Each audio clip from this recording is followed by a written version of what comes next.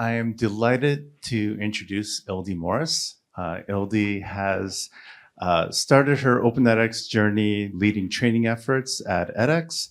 She has since gone on to train many other organizations, most recently for Pearson, and is probably the foremost expert in terms of studio and LMS training in the Open edX community. So please welcome Ildi. So your courses are out of date, now what? Great, thank you, David. Can everyone hear me okay in the back? Excellent, just checking. Yeah, so I know I came up with a really exciting topic, course updates that everyone can't wait to learn about. And it's right after lunch, so if you need to stand up and drink some water, I will not judge at all.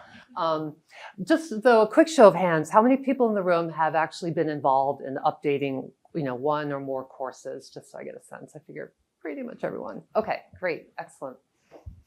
As we know, there are challenges. This isn't sort of on the top of everyone's to-do list, right? To update courses. It's usually like, oh gosh, we have to get to that.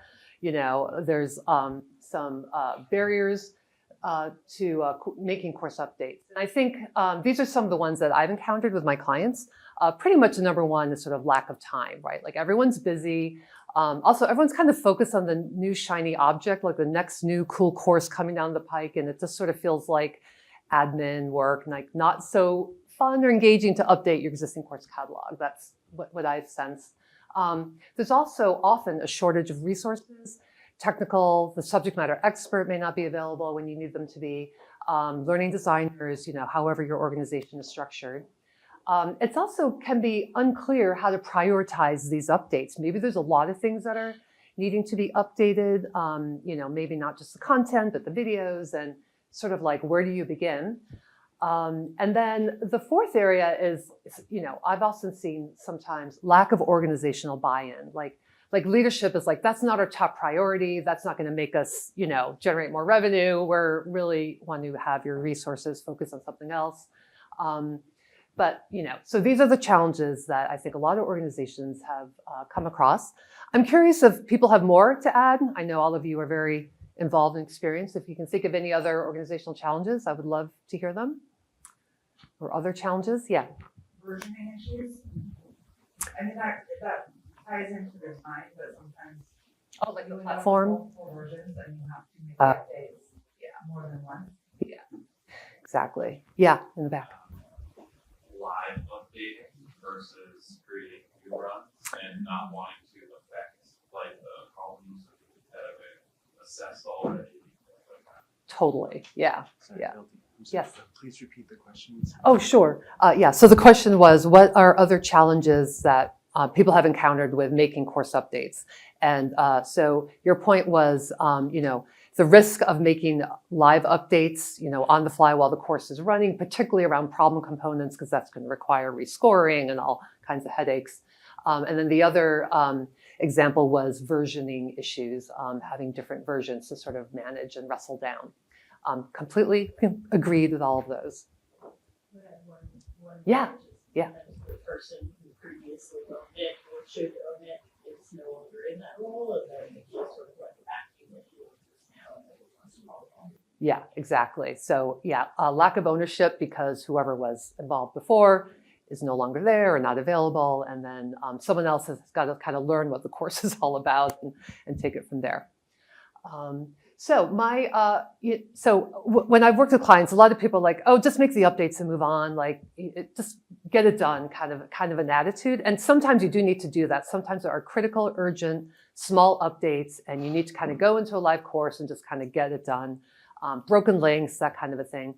However, if it's something sort of like a bigger project, there's going to be an upgrade coming down the pike or a new semester or just sort of a new timing for the courses, it's good to be a little more strategic and think sort of big picture about what really needs to be thought about, what's really involved in updating these courses. My philosophy is to take a step back and even though it might feel like this is going to take more time on the front end, the goal is to save time on the back end. Also, the goal is to be more organized and have a more methodical approach to what your process is going to be around the course updates, rather than sort of ad hoc here and there, and oh no, we forgot this, and that's not fun for anybody. So my goal is to try to give you just a few ideas, some things to think about in your course update process that may or may not be new. So again, the advantages to thorough course updates. Ultimately, we want to give our learners the best experience, right? So really, to keep your courses well maintained is really all about the learner and making sure that their experience is better. It also helps gain your learners or users' trust, like, oh, wow, this course is being updated, and it sort of shows a lot of care from the organization, and I think that says a lot to learners, and it helps build trust and helps build a longer-term relationship where they're more willing to come back because they know that the content that they're getting is higher quality, and there are actually people paying attention to it.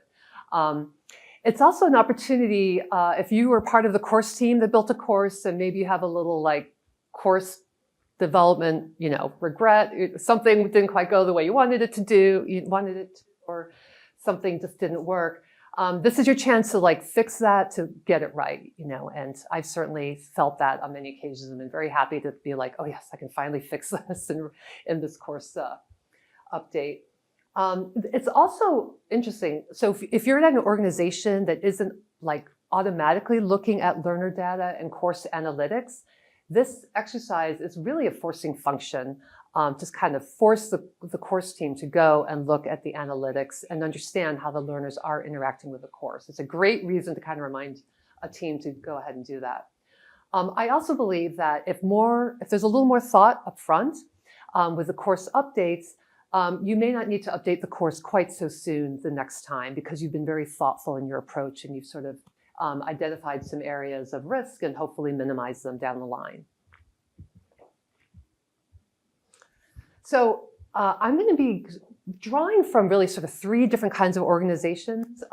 So obviously academic learning, MOOCs, universities, all that, but also some best practices and ideas from corporate training.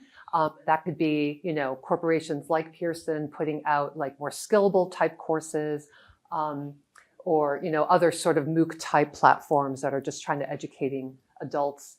But the third area that I've also had some experience in is talent development, which is more internal performance based type of training for both academic as well as corporate too. And I think there's some interesting ideas in talent development that we can kind of pull in a little bit more into the world of, more online education.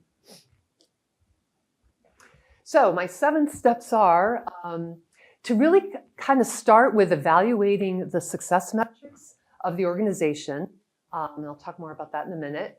Conduct an audience analysis, confirm the learning objectives, map the platform changes to the course design. At that point, you sort of have what you need to dive in to actually update the content.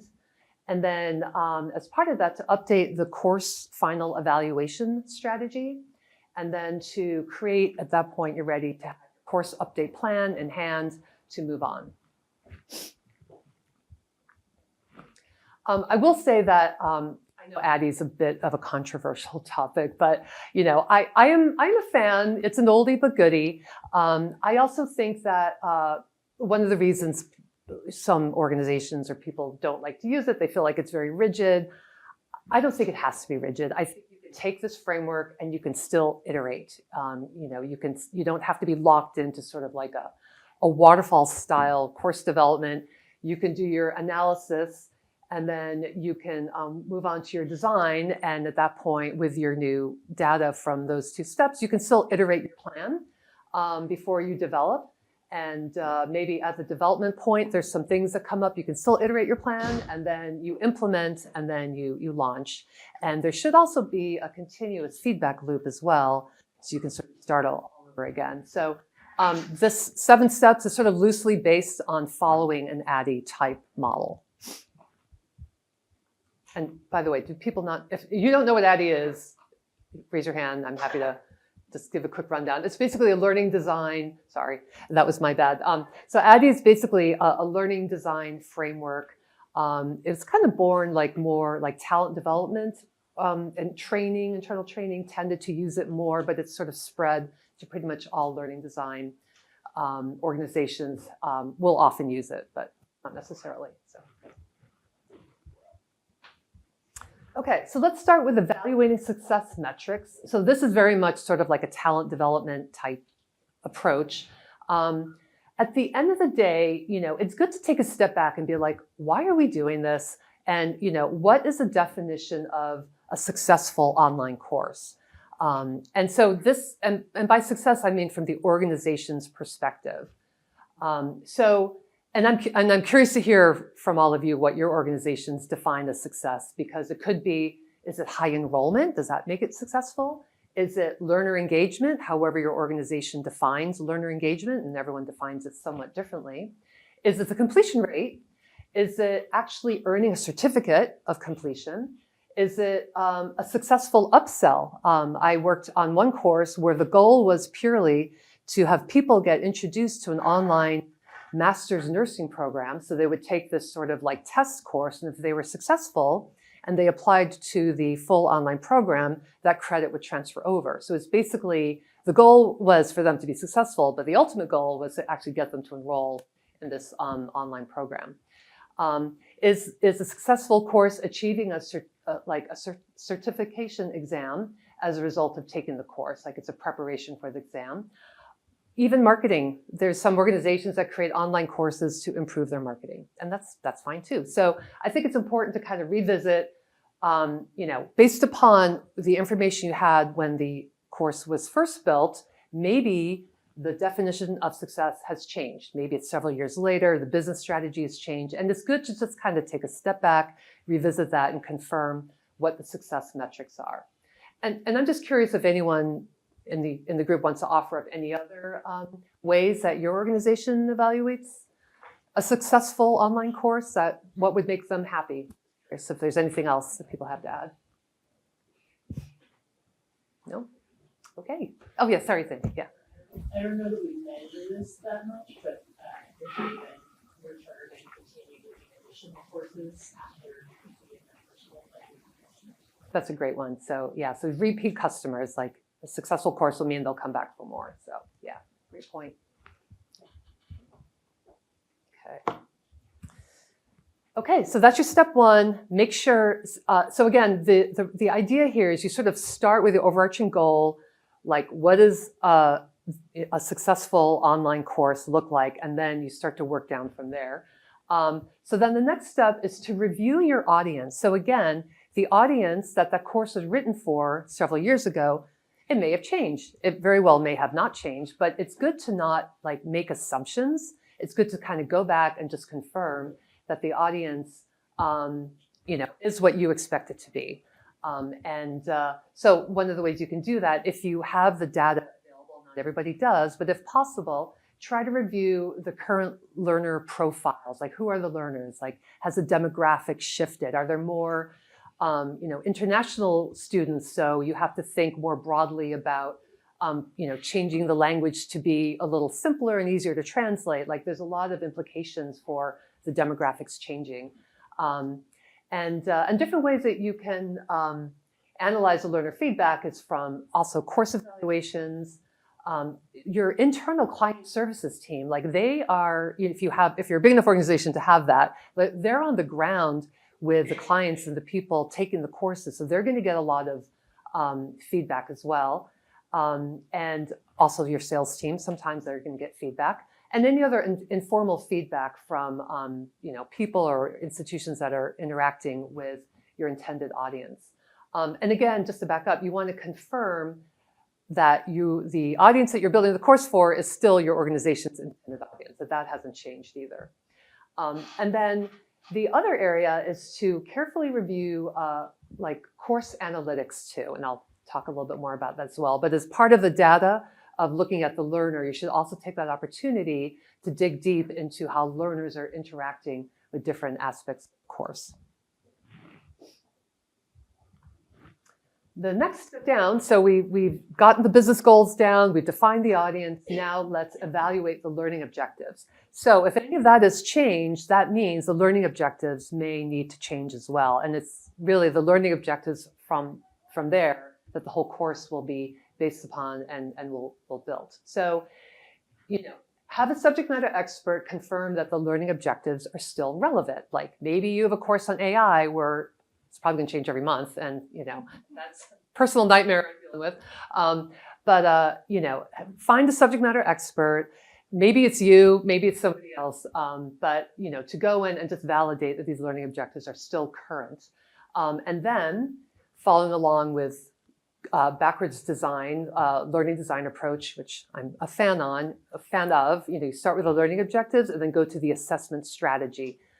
So essentially, learning objective, meaning what will learners know or be able to do once they have finished online class, see if that's changed, and if it has, then you're going to have to adjust potentially the assessment strategy, which is how will you know that learners achieve the learning objectives. So maybe it was so just to use AI as an example, maybe there was an older topic about AI, people had to, perform, but now it's totally different. And now you have to change that assessment to map the new, the updates in the AI course.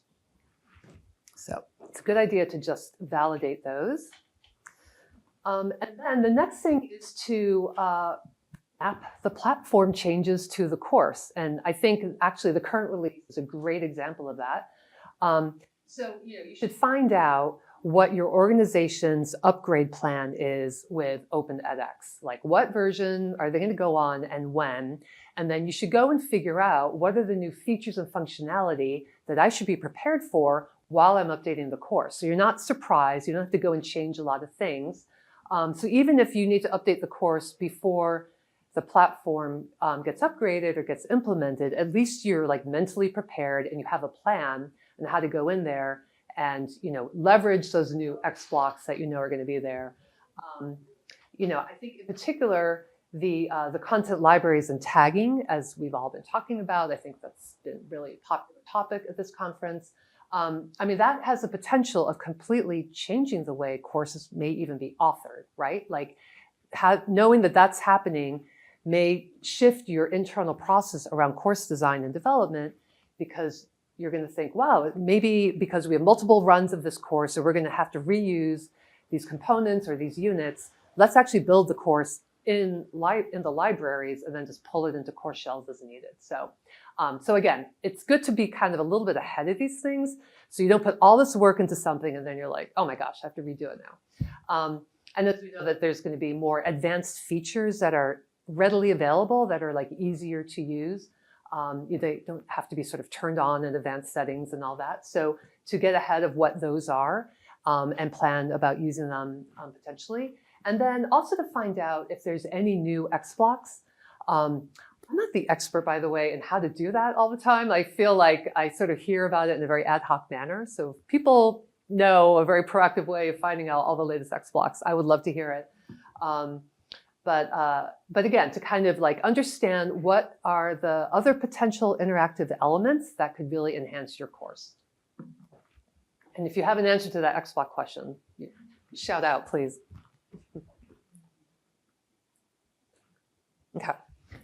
So now you are ready to actually update the content. You've validated the audience, the learning objectives, the assessment strategy. You've sort of seen what type of interactivity elements are coming down the pike. So now you're ready to actually update your content. So the first phase, you'll notice there's a lot around the analysis phase, going back to that ADDIE model. And that's very common for course design. You really want to spend a lot of time analyzing what's going on before you dive into the design. So again, the design stage, typically, not always, but typically, you're going to have a subject matter expert who's going to go in and update the course in all areas of the course: text, assessments, videos, and any external resources, links, articles, sort of all that stuff.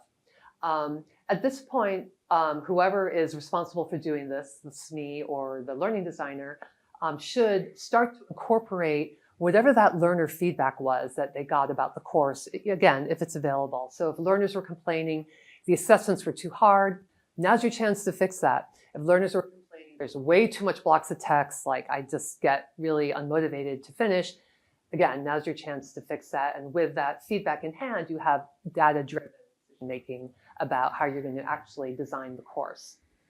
And then this is also a great opportunity to evaluate new technology tools. So maybe there was a virtual lab that was in the course.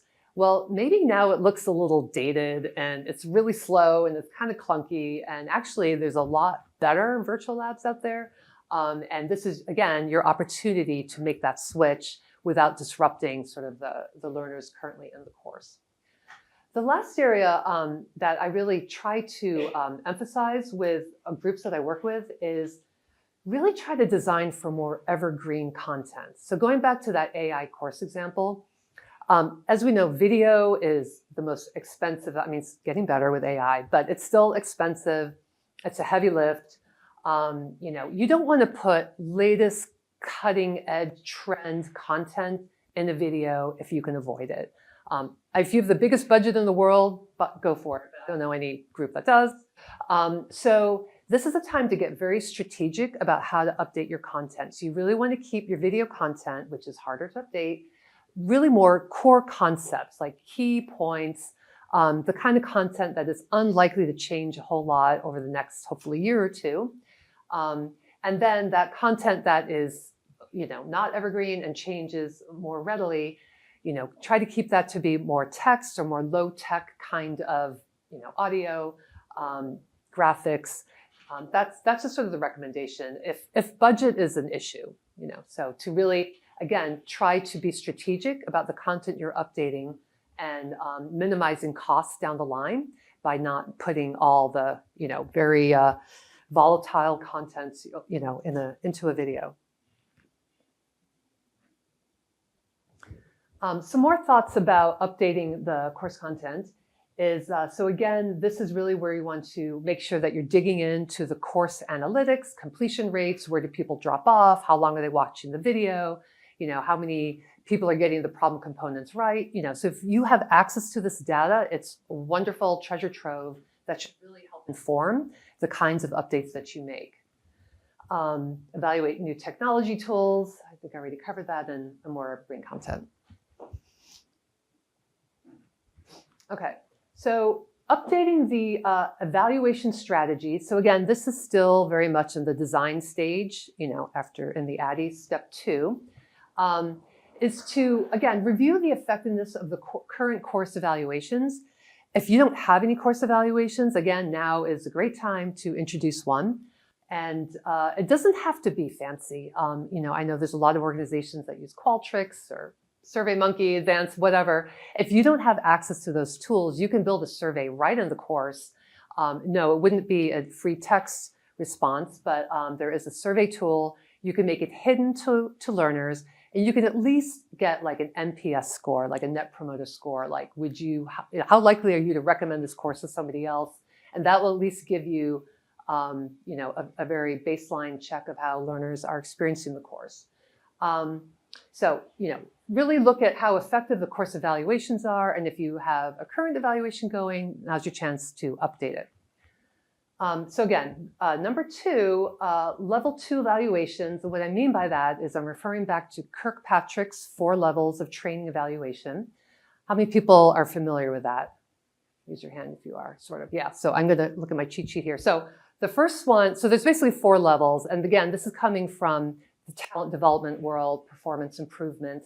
The idea is that in those settings, those organizations need to justify why they are training their employees. They have to basically say, we're going to prove our return on investment by having all of these 4 levels of evaluation to really show that learners have gotten that content and a change has been made. In our world, I think this is really hard to do. I'm not advocating everyone go out there and write 4 levels of evaluation. The level 1 evaluation is usually what we have as like the end of course survey. It's basically the reaction evaluation. It's probably the one pretty much everybody uses. And there is nothing wrong with that. And it's great to keep that going. I do suggest, and not everybody is into this, but I do suggest if you can, and you have access to the emails, consider sending out a level 2 style evaluation, which is really more focused on trying to assess how much knowledge the learner actually acquired. Like, did they really capture this knowledge? Are they using it? Levels 3 and 4 is more about behavior and organizational change. So again, not relevant, but I do think for certain courses and in certain organizations, a level 2 evaluation can be helpful in gauging the effectiveness of your course. So again, if it's a more skills-based course, you can send a survey out 3 months later, perhaps give learners a chance to actually get into the job market or implement something, and ask them, hey, how valuable was that course you took and your job? Like, does that knowledge transfer well? Was that helpful to you? So just an idea. Another way to do sort of level 2 type of an evaluation is by having a pre and post course evaluation. So again, and this is, I think, also more relevant for sort of bigger courses that are more protracted. So you can have a pre-course evaluation, see where learners are, and then have one at the end. And then you will get a really good data point in terms of how much learners actually learned by the end of the course. So that would also be sort of considered a level 2 type evaluation. And then finally, to design a feedback loop, and don't forget about your internal stakeholders as well. Whoever that may be. It could be someone in charge of the online program management team, or your whoever's in charge of learning design. But again, just to try to make sure that you are getting feedback from not just learners but other stakeholders that are involved in this course. And I'm just curious, has anybody experimented with the pre and post evaluations? Yeah? And if you want to talk about, what your findings were with that, was that helpful, or did it help inform your courses down the line? Well, actually, it's a mandatory requirement. Actually, there are non-profits, so we do this European projects to present as part of the deliverables of project. Oh, okay. Great, thank you. And there's a hand up over here, maybe? Yeah. Yes, because we wanted to know how much knowledge we learn at the course. Yeah, okay, so you did have a pre and a post evaluation. And then do you have, oh, just one course, yeah. But was it helpful, do you think, for the course team to sort of evaluate? Yeah, okay. Most people were external, and was also a validation on the post-content. Yeah. Good, yeah. So, again, it's not, again, I don't think it's very time consuming or very difficult, the pre and the post evaluation. So that might be something interesting to experiment with if you're not already. Okay. We're still in the design stage here. So again, we're like gathering up all this content. By the way, I don't know what tools people here use. I personally use like a curriculum map, which essentially has like the module title, the lesson, then in the lesson it has like the module, depending upon how you want to do it, it will have the learning objectives, then I'll have the assessment strategy, then I'll have the like instructional method, like what learners actually going to do. Are they going to read this, or are they going to talk about that? Then I have a column for like the resources required. So as I'm going along, gathering all this data and all this information, I'm going to have a copy of that original curriculum map, and I'm just going to be updating it as I go along. The audience is this, the learning objectives are that, the assessment strategy is that. So I'm capturing this in the tool as I go along. And if people want an example, I'm happy to send one after the fact. You can come talk to me. So, ideally, and again, not everything here is going to be 100% relevant for everyone here and your organization. So take what you need and sort of leave the rest. But, a course update plan, it should include really a prioritized list of courses to be updated. And in terms of how you prioritize that list, like what courses you're going to actually update first, is really going to vary by the organization. Most recently, an organization I worked with, they're prioritizing it by enrollment, like which are the most popular courses, and really that for them was the highest priority. The priority might be this course is really out of date and it's embarrassing to have it out there, so that's going to jump that to the top of the list. So just to kind of also prioritize. So it helps reduce the sense of sort of overwhelm if you have a huge catalog to manage. Also to consider what resources are required, and not just human personnel resources, but also are there going to be any additional technical resources that are going to be needed to pull off this course update. Who needs to give approval? Like, who are the stakeholders within the organization who say, yeah, this course is fine, it's ready to go? You may not have any, and that's great, but some people do and some organizations do, and it's good to stay in the loop of that. Also to consider what are going to be the additional costs. So obviously video, any third-party tools like new cool labs that need to be used, new graphic design. Sometimes if you don't have the subject matter expert in-house, you're going to have to hire one out of house, and that's can be a challenge too. That's a whole other topic. So again, but to really kind of think holistically about all the costs involved in making this course update. And then to define the process. So again, everyone has a different process. I've seen one extreme to the other. I've seen processes where literally subject matter experts are editing a live course in studio, all the way down to there are at least 8 people who need to sign off on a design document before it can go anywhere. So, and I think somewhere in between those two extremes is probably a little more normal. But basically to think about what the process is. At a minimum, there should be at least one master copy of the course that nobody touches and lives there until a copy of that has been updated and that old one gets archived. So the minimum, you always want to have at least one copy of the old version, just in case anything happens, and even better to export and have a few copies. Also many course teams like to work off of a course blueprint. So I've typically worked off of just a Word document or a shared Google Doc if there's multiple people, or SharePoint. Putting in input, but basically the course blueprint maps out every single thing that's in the course, the text, this is where the video is going to go, it's called this, it's links to that, it really maps it all out, the graphic, the assessment. So there again is, and again, not everybody does this, but I think if you can, and you have the resources to have a blueprint version of the course that's easy to go in and out of and update, and then once that is locked down and ready to go, it's much faster to then just move it into Studio, the whole copying and pasting. The other thing to consider is you have current learners, presumably, in your current course. What's going to happen to them? And this was actually a big topic of discussion at edX. So a lot of the places where we landed was, all right, we're going to tell learners this course is coming to an end in 6 months, and give them that window. So basically, you don't want to just unplug them from the course. So you have to think about internally, what is your plan going to be for the learners? And then you have to think about externally, what is your communication plan going to be to the learners, and how much time you're going to give them. So again, different approaches depending upon the organization. I'm just curious for people who have big course catalogs and running them, if you want to talk about that a little bit more, I'm curious to hear how other people approach this. Yeah. We have a separate instance for revisions.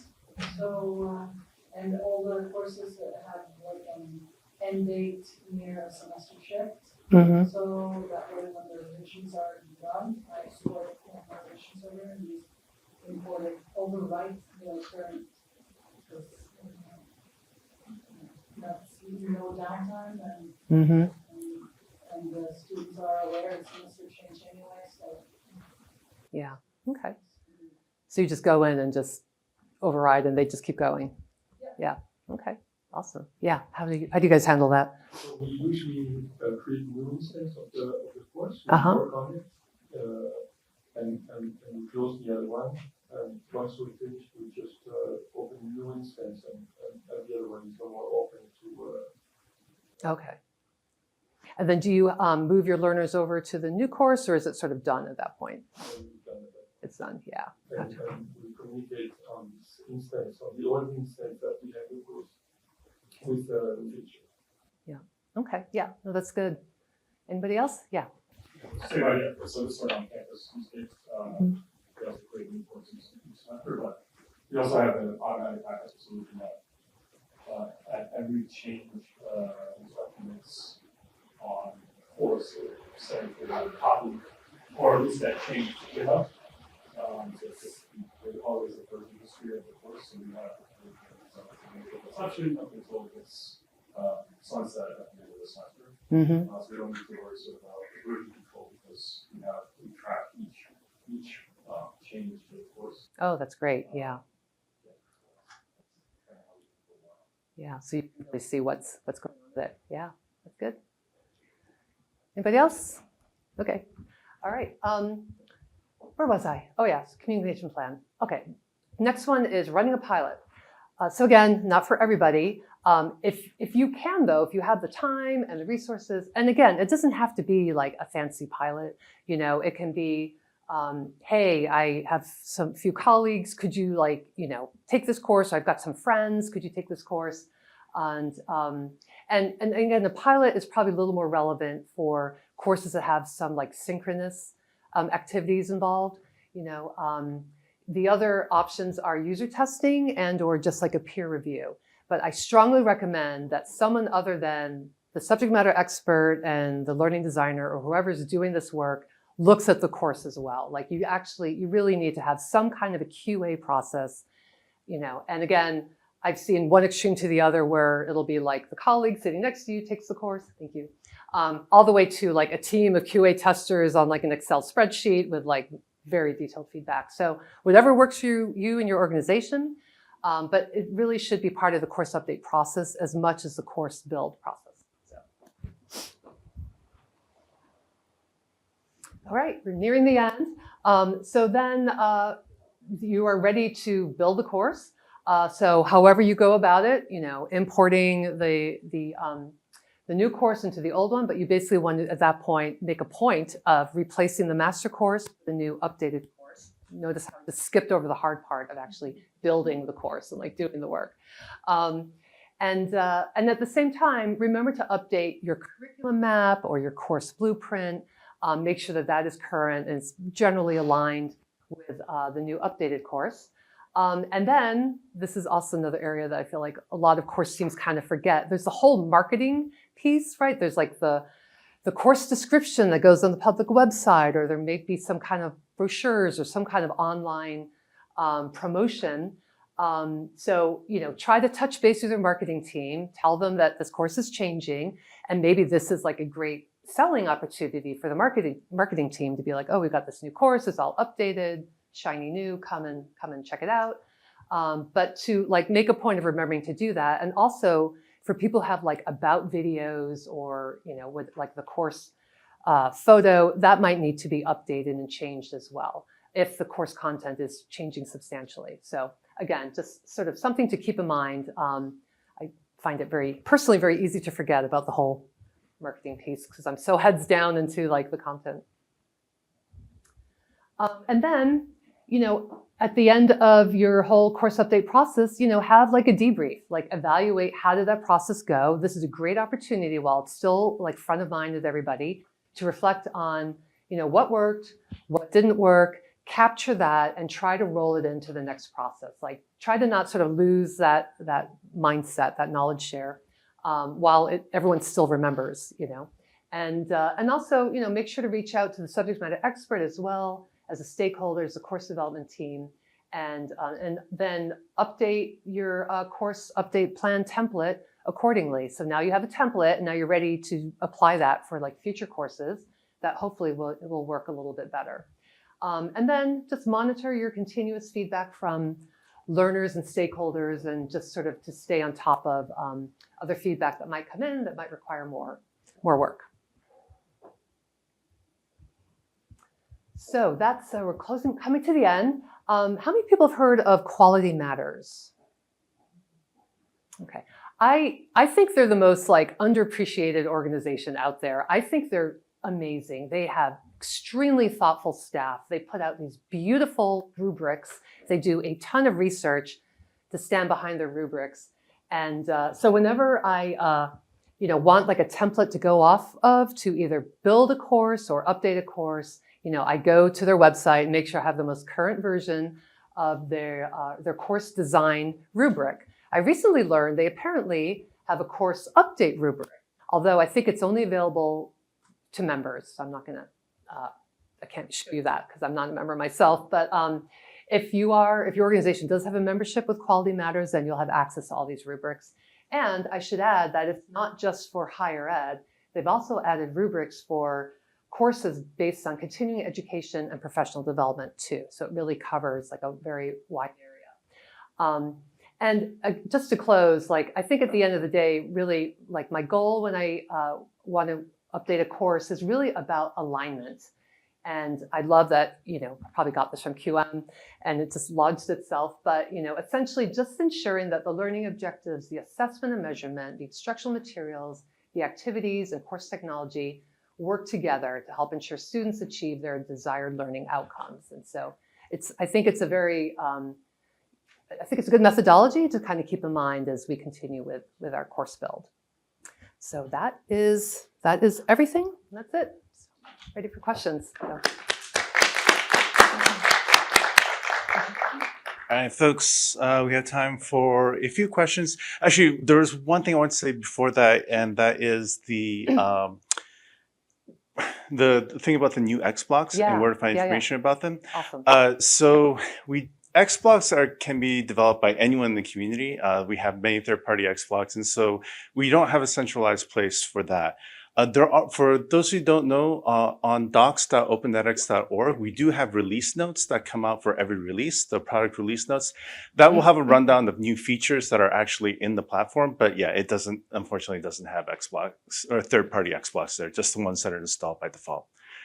Okay. Thank you, David, for clarifying. Okay, so questions, anyone?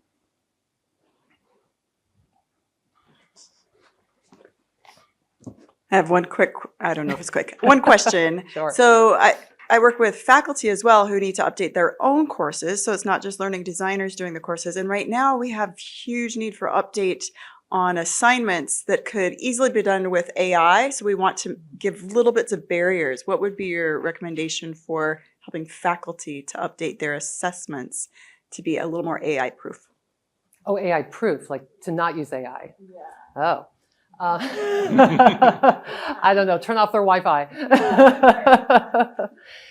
Yeah, no, that's a good question. I mean, I think it's more of just an institutional policy, you know, approach, and just to be very clear about like what the expectations are upon like anyone who builds these courses that they have to, maybe it's like a contract, like that's part of your contract is you say you're not going to use AI and it's all going to be your thought power. So that could be one way. There might be tools out there that I'm not aware of that kind of can look at text and kind of see if AI was involved in it. But yeah. So can't be a big help on that one, but yeah. All right, anyone else? Any other questions? Oh, there's one in the back, it looks like. Yeah. Yeah, all right. I just love this thing. Okay, I'm going to ask a question. I'm kind of flying solo on a course that I have. It's not a MOOC, it's an OOC. Okay, so I can't really put the M in the MOOC just yet, but I'm really proud of this course, and it's a bit ahead of its time. It's sort of targeting scientists, international scientists, to promote their research. And that's very much done in the US, but not at all done outside the US. There's even a stigma against this. So anyway, it's a course that's gaining traction and it really needs to be updated. I'm on my own. I've just secured a little bit of funding to update it. So I have somebody who can help me with the videos, but what's the time frame? Can you be honest with me on all of this? What is this a full-time job that I should be telling my boss that I have to take on? Or is this something that you can say, okay, you can take this in pieces. It'll take you a year or a semester if you're on your own. That's a great question. And I have been in your shoes. So I would say really to pick what's most important and tackle that first, you know? So if the platform, like if there's no upgrade happening, you can just ignore that part anytime soon. I would just sort of prioritize like what's most important to your organization. So again, go back to maybe what is the success metrics of this course? Like what are people going to say this course is successful because it did whatever, and go back to that.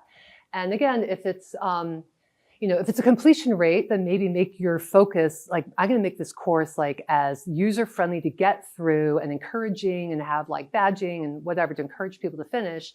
So ultimately, I feel like that should help inform your design choices. But I would prioritize, and again, all the new features and functionality, they're still going to be there. If you don't have time to put it all in right away, you can add those over time. Even on a course that's running live, like you could just put in a basic assessment and maybe in 6 months, change it to a drag and drop, right? It's still an assessment, preferably not graded, more like a knowledge check ungraded. But yeah, that's how I would approach it. I would really just focus on the content and what's most important. All right, thank you very much, folks. I'm afraid we should get going to the next set. We can still go up and ask Ildi later, but I should get you to your next rooms. The next set of lectures are at 2:00. Thank you all very much for coming. Great. Thank you, David.